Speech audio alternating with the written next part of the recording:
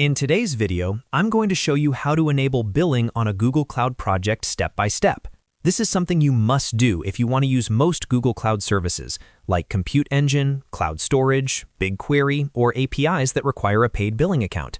If you're new to Google Cloud, don't worry. I'll walk you through everything clearly and slowly so you can follow along without any confusion.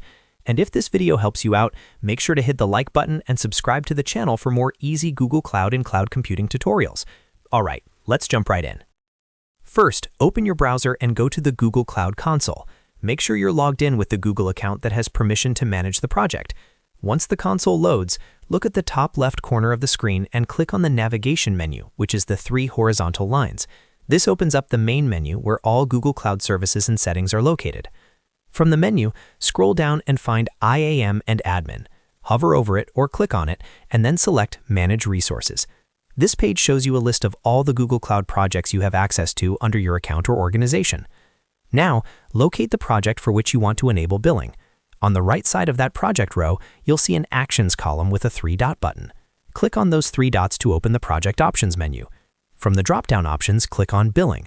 This will take you to the billing settings for that specific project. If billing is not enabled yet, Google Cloud will prompt you to link a billing account.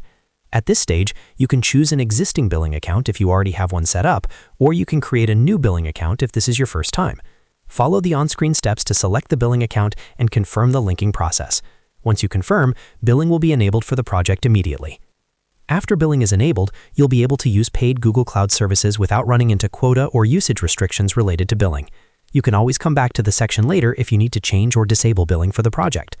And that's it. You've successfully enabled billing on your Google Cloud project.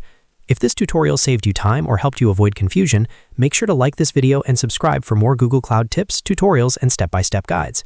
Thanks for watching, and I'll see you in the next one.